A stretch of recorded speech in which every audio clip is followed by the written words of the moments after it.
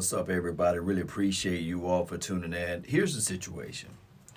When somebody says, I believe, in my opinion, that such and such is the best player in the National Football League, or I believe that this person is the best player on the team, it's through their opinion. It's through the way they see it.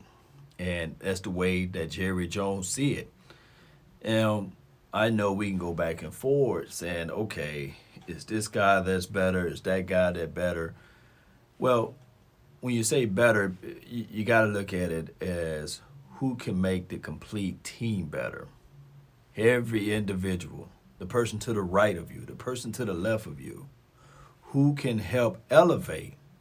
That is the angle of where you have to look at this particular team. Now, without a shadow of a doubt, you can see that Dak Prescott makes this team better. It make everything. He's like the quote unquote band-aid over a crazy wound that it make it better. Now, is he the end all be all? No, no, no, no, no, no, no, no. Offensive line plays a major role. And of course, when you are in a situation like what we just witnessed this year, your quarterback, you can see the value of having a legitimate quarterback under center. Now, here's the situation now with Ezekiel Elliott. All of the other things that we mentioned before about him being the catalyst, the straw that stirs the drink, is out the window.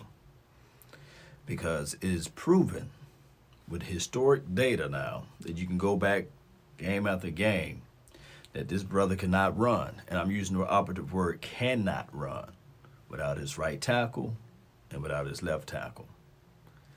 That's the situation. Now, I've seen people make valid points about the quote-unquote COVID and that he's battling through that. And like I mentioned before, when you are the starting player or when you are the guy that everybody is looked upon, you definitely don't want to lose out and miss out.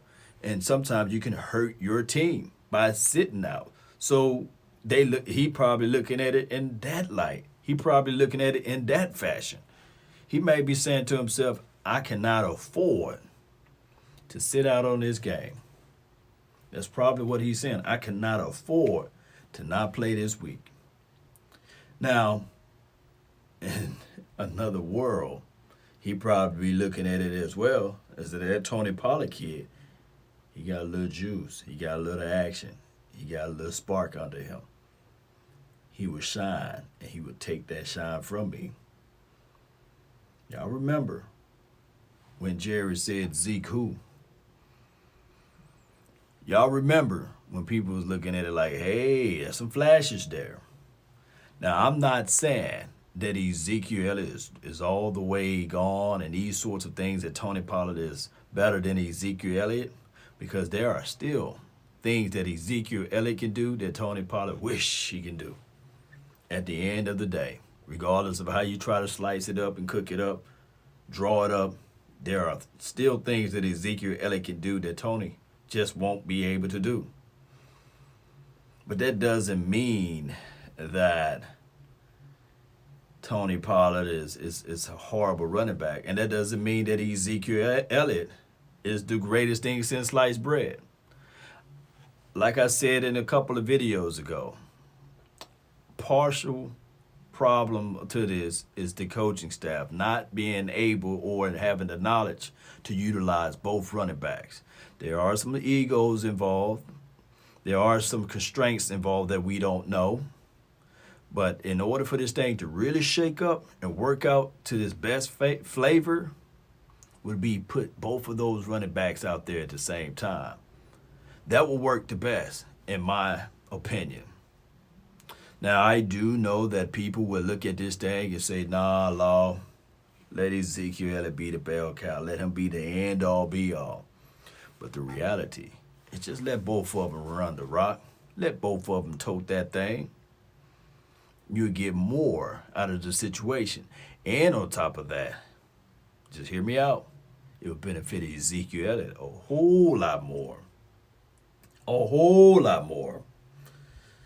I recall a young Ezekiel Elliott when he was over there playing in Ohio, and they lost, I think, a particular game. And he was like, Coach, if you were to give me the ball, if you gave me a chance and opportunity, we would have won it. Basically, in so many words, I'm paraphrasing, it's been many moons ago. But that's the Ezekiel Elliott I still think that's probably whispering to the coaches. Like, hey, put me involved in the game plan. Let me be this, let me be that. That's where it's going. And the type of personality Tony Pollard is. He's not a rah guy. He's more of a, I'm going to sit back and chill guy. But when my number is called, I'm going to show up and show out.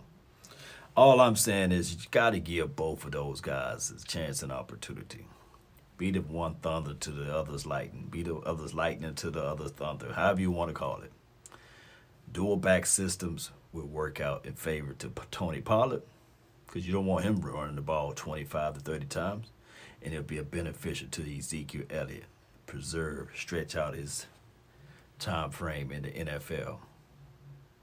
Last year, 2019, Ezekiel Elliott had more snaps than he ever had in his entire career. And I was sitting there looking at it like, man, why would you do that? You got Tony Pollard, TP, right there. And they put the brother out there cold. He was playing basketball with the football. That's the reality of it as well. Tony, he didn't showcase that good level of stability when he came out there.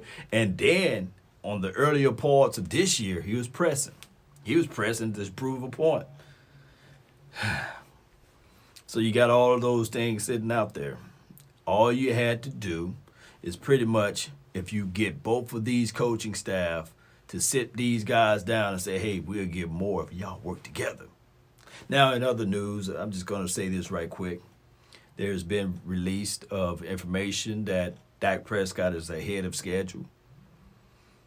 Now, my thing is, we can say, yeah, I know a third of you guys would like to tank it all the way out and get a young quarterback and go through those growing pains, right? I know, I can see y'all. Y'all can sit there and say, let's tank it out. Let's get that quarterback. Hey, the last time the Cowboys won a Super Bowl was with a quarterback from the first round, right? Drafted in the first round. Troy Aikman, right? That's last time we was in anybody's Super Bowl. You can have that argument. And we can go back and forth with that. And it's going to still take time. And you still want to put that young quarterback behind this offensive line when you know for sure that your running back can't run without a right tackle or a left tackle, right?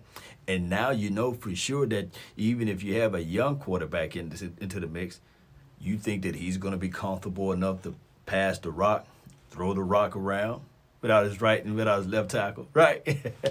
So it's like a circle, like a continuous circle of wonders. And I ain't talking about Stephen Wonder. So we're going to have to fix this thing out. We're going to have to see whether or not can one do without the other.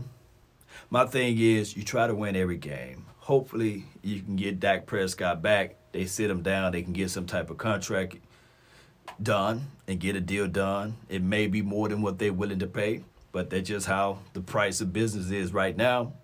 And you figure this thing out with your right and your left tackle. And trust me, if people think that Ezekiel Elliott is slowing down now, 2021, although that's a magical number for him because he wears 21, I don't think that burst and that speed and that get off is going to be improved within a year. I don't think that it will be. And a lot of people were saying that, hey, it's the COVID. Last I checked, even in hold on, I'm sorry. Even in 2019, there was still Ezekiel Elliott tapping the top of his helmet saying, hey, get me out of here. He still looked kind of lethargic and slow a little bit. Although he had a good year that year, you know. Not saying that he had a horrible year or anything. But there still was some regressions from 2019, from 2016. He didn't look like 2016 Zeke. And we can go back and forth with volumes and stuff like that as far as total numbers.